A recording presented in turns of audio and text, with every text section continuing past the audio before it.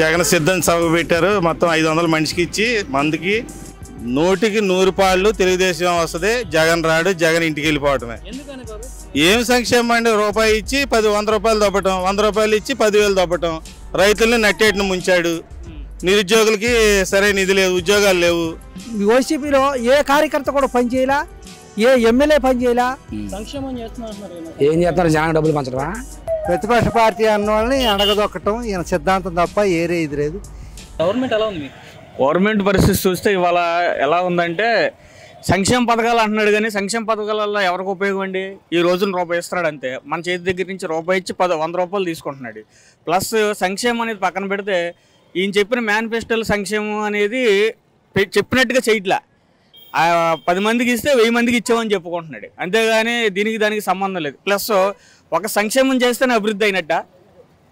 మన చదువుకున్న వాళ్ళకి కానీ ఎడ్యుకేటెడ్కి కానీ వీళ్ళందరూ చదువుకున్న చదువుకి ఇక్కడ ఉద్యోగాలు చేయాలంటే కంపెనీలు రావాలి, ఐటీలే కానీ లేకపోతే ఏదైనా ఉపాధికి సంబంధించి ప్రైవేటే కానీ ప్రైవేట్ పరంగా కంపెనీలు వస్తాయి కదా. మనందరం ఈ రాష్ట్రంలో పని చేసుకొని మనం ఉండడానికి బతకడానికి. అయ్యేం లేకుండా మీరు సంక్షేమం అని చెప్పి ఏదో 10 రూపాయలు ఇచ్చేసి ఇదే సంక్షేమం అని చెప్తే అది ఎలాగా? ఇది ఎక్కడుంది? మీకు తెలిస్తే మీరు చెప్పండి, మేము చెప్పడం కాదు. మీకు తెలిస్తే మీరు చెప్పండి. ఎక్కడైనా ఒక కంపెనీ వచ్చిందని కానీ లేకపోతే పలానా దగ్గర ఇది వచ్చిందని కానీ. రాజధాని అన్నాడు. రాజధానికి ఫస్ట్ ఆయన అపోజిషన్లో ఉన్నప్పుడేమో అసెంబ్లీలో 32,000 33,000 ఎకరాలు కావాలని చెప్పిన వ్యక్తి అపోజిషన్ లీడర్ కింద ఆయనే ఇదివరకు అసెంబ్లీలో. అధికారంలోకి వచ్చిన తర్వాత అసెంబ్లీ 3 రాజధానులు అంటున్నాడు. ఎంత మటుకు న్యాయం? ఆయన మాట మీద ఆయనకే నిలకడలేదు. ప్లస్ ఈ ఇది పక్కన పెడితే నాకు 25 ఎంపీలు ఇస్తే నేనేదో కేంద్రం మెడలో వంచి ప్రత్యేక హోదా తీసుకొస్తానని నాకు ఇవ్వండి చెప్పాడు. 22 మందిని ఇచ్చారు. ఏం చేశాడు? కేంద్రం మెడల కాదు కదా, ఈయన కాళ్ళు ఉంచుతున్నాడు. అక్కడికి వెళ్ళి మాట తప్పను మడం తిప్పను అన్నాడు. ఏం చేశాడు? అన్ని విషయాల్లో ప్రతి దాంట్లో మాట తప్పాడు, మడం తిప్పాడు. అది అసలు ఛాన్సే లేదండి. అసలు వచ్చే ఛాన్సులు లేవు. జనసేన మేము అంటాం, ఎవరి కాళ్ళు అంటాం. అవునండి, మేము చెప్తున్నాం. చంద్రబాబు నాయుడు గారు చేసిన అభివృద్ధి ముందు ఈయన చేసింది ఏముంది? అసలు ఈయన చేసింది ఏమి లేదు, శూన్యం. చంద్రబాబు నాయుడు గారు చేసిన దాంట్లో పోల్చుకుంటే అసలు ఈయన ఏం చేయలే. పురుడు పోసుకున్న రాష్ట్రానికి కట్టుబట్టలతో తరిమేస్తే తెలంగాణ నుంచి ఇక్కడికి వచ్చి తాత్కాలికంగానైనా అసెంబ్లీ కట్టించి ఇక్కడ మనకి ఒక రాజధాని ఏర్పాటు చేసి బిల్డింగ్లు కట్టి గవర్నమెంట్ బిల్డింగ్లు కట్టి మనకు కల్పిస్తానికి ఆయన చంద్రబాబు నాయుడు గారు ఎంతో చేశారు. ఈయన ఏం చేశాడు? వచ్చి ఉన్న వాటిని అదేంటి ప్రజావేదిక కూల్చేసాడు. అన్నీ కూల్చడమే. అలాగే ఎన్టీఆర్ గృహాలు అని చెప్పి అపార్ట్మెంట్స్లో కట్టారు చంద్రబాబు నాయుడు గారు. అవి కూడా ఇవ్వలేదు ఈయన వచ్చిన తర్వాత. ఇన్ని సంవత్సరాలు ఖాళీకి పెట్టుకున్నాడు. ఇప్పుడు ఏదో ఇస్తామంటున్నారు. ఇప్పుడేంటి ఇచ్చి ఉపయోగం ఏంటి? పాడైపోయిన తర్వాత ఇది టీడీపీ జనసేన కన్ఫామ్. ఏం పరిపాలన అండి? ఏం పరిపాలన బాగుంది. కొత్త పరిపాలన వస్తే ఏమన్నా బాగుంటుంది. రోడ్లు లేవు, రైతుకి సబ్సిడీలు లేవు, డిప్పులు లోన్లు లేవు, కార్పొరేషన్ లోన్లు లేవు, ఎస్టీ లోన్లు లేవు, ఏవి లేవు. ఏంటో ఫంక్షన్లు అనే ఏంటి చిన్న ఎత్తనాడు, అవి ఎటు కావట్లేదు. ఎత్తనాడు, ఆటోలో డబ్బు ఎత్తనాడు, ఆ లైన్ మీద నుంచో పెడుతున్నాడు, డబ్బు ఎత్తనాడు. ఇట్లా ఉన్నాయి వ్యవహారాలు. అది పథకాలు అందరికీ రావట్లేదండి. 10 మందికో 15 మందికో వస్తున్నాయి. ఎక్కడండి అందరికి చేసింది? అమ్మఒడి ఇప్పుడు ఇటు పక్క జిల్లాలో తీసుకుంటే అటు పక్క జిల్లాలో లేవు అమ్మఒడి. నెరవేర్చాడంటే ఒక 9 ఎన్నో పెట్టాడండి. 4-5 గట్టిగా నెరవేర్చాడు, 4-5 వదిలేసేసాడు. అది మద్యపానేశంలో మాయికి ఏంటో పిచ్చమందు వెళ్ళే చేసి పిచ్చమందు వెళ్ళి ఇస్తున్నాడు అంటున్నారు తాగేవాళ్ళు. మేమైతే ముందు జోలికి గట్ట వెళ్ళాం. అది జరిగింది. తెలుగుదేశం గవర్నమెంటే రావాలండి.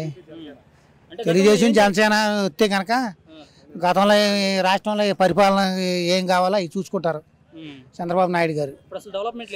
లేదండి, లేదు. రాజధాని లేదు, ఇక్కడ పోలవరం లేదు, అక్కడ అంటే కృష్ణానది కాడ ఏంటి ఇది లేదు. అసలు కొంపలు లేవు, ఏమీ లేవు. ఎప్పుడు 25 సంవత్సరాలు తీసుకున్న లోన్లు కూడా ఎమ్మెల్యే కోటాలు ఇచ్చిన ఆ లోన్లు కూడా కట్టమని వసూలు చేస్తున్నారు. కరెంటు బిల్లులు వస్తున్నాయి. ఒకటే ఇది లేదు. నుంచి వచ్చామండి స్వచ్ఛందంగా. అప్పుడు మొన్న జగన్ సిద్ధం సభ పెట్టారు. మొత్తం 500 మనిషికి ఇచ్చి మందికి బిర్యానీ ప్యాకెట్ ఇచ్చి రప్పించారు. ఇదంతా కూడా స్వచ్ఛందంగా వచ్చిన జనం. చంద్రబాబు మీద అభిమానం, తెలుగుదేశం పార్టీ అంటే అభిమానంతో వచ్చిన వాళ్ళు. 100కి 100 పాళ్ళు తెలుగుదేశం వస్తుంది. జగన్ రాడు, జగన్ ఇంటికి వెళ్ళిపోవటమే. జగన్ చేసుకునే పనులు, సైకిల్ రావాలి, అతను చేసే పనులు, అతను చేసే విధానం, సొంత చెల్లిని సొంత తల్లినే తోసేశాడు. ఆడబడుసులంటే అభిమానం లేదు, ఎక్కడికక్కడే కబ్జాలు, ఇసుక కబ్జా, సిమెంటు, ప్రతి దాంట్లో కూడా కమిషన్ కావాలి. అందరికీ మొహం మొత్తింది. ఈ దెబ్బతో ఇంక వెళ్ళిపోవటం, ఇంటికి సర్దుకోవటమే. డిపాజిట్ ఏం సంక్షేమం అండి? రూపాయి ఇచ్చి 100 రూపాయలు దొబ్బటం, 100 రూపాయలు ఇచ్చి 10,000 దొబ్బటం, రైతుల్ని నట్టేటిని ముంచాడు. నిరుద్యోగులకి సరైన నిధి లేదు, ఉద్యోగాలు లేవు. ప్రభుత్వం అయితే ఇక రాదు. నెక్స్ట్ మొత్తం సిబిఐ 175 కాదు 17, 15 వస్తే చాలా ఆయనకి. ఇప్పుడు మండలం నారేడు గ్రామం అయితే వైసీపీలో ఏ మాత్రం కూడా బాగా ఏం పనులు చేయలేదు. రోడ్లు కూడా ఎక్కడెక్కడ మసిపోయిపోయినాయి, ఇబ్బంది ఏమి లేదు. అయితే వైసీపీ అనేది ఇప్పుడు ఈ టైంలో అయితే రాదు. చంద్రబాబు నాయుడు గారు కన్ఫర్మ్గా వస్తారు. వైసీపీలో ఏ కార్యకర్త కూడా పనిచేయాల, ఏ ఎమ్మెల్యే పనిచేయాల. మా నియోజకవర్గం చంద్రపూడి మండలం ఎలేజా గారు కూడా పనిచేయలేదు. ఆయన ఆల్రెడీ మార్చేసిన వేరే డిక్లేర్ పెట్టినా కూడా మేమైతే ఎవరికి వైసీపీకి ఓటు అయితే వేయం. మాదైతే కన్ఫర్మ్గా ఈసారి చంద్రబాబుకి వేస్తాం అనేది మాకు డిక్లేర్ అయిపోయింది. అయితే వైసీపీ ఒకప్పుడైతే బాగా చేశారు, కానీ అయితే ఇది ఎవరో ఏం చేయలేదు. ఎమ్మెల్యే కూడా మారిపోయారు. వేరే వాళ్ళని పెట్టినా కూడా మాకు ఏం సహకారం లేదు. అందుకని మేము ఆల్రెడీ ఈ టీడీపీకి వచ్చేసాం. గవర్నమెంట్ అభివృద్ధి లేదు, రోడ్లు బాగోలేదు, అభివృద్ధి లేదు, అసలు ఏమి లేదు. ఏం చేస్తున్నారు? జనానికి డబ్బులు పంచడమా? దేనికి? ఏదన్నా అభివృద్ధి చేస్తే అందరికి ఉపయోగపడదు. 45 సంవత్సరాల డబ్బులు, వాటి డబ్బులు అన్నారు, అటు ఇటు గుంజేస్తున్నారు. సుఖం లేదు.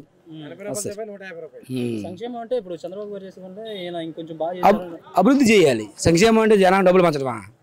అటు బ్యాండ్ షాపులు ఉన్నాయి, మరీ ఘోరంగా తయారైనాయి. ఈ ప్రభుత్వం వల్ల సుఖం లేదు. ముందు మెయిన్ అసలు డెవలప్మెంట్ అసలు ఏముంది?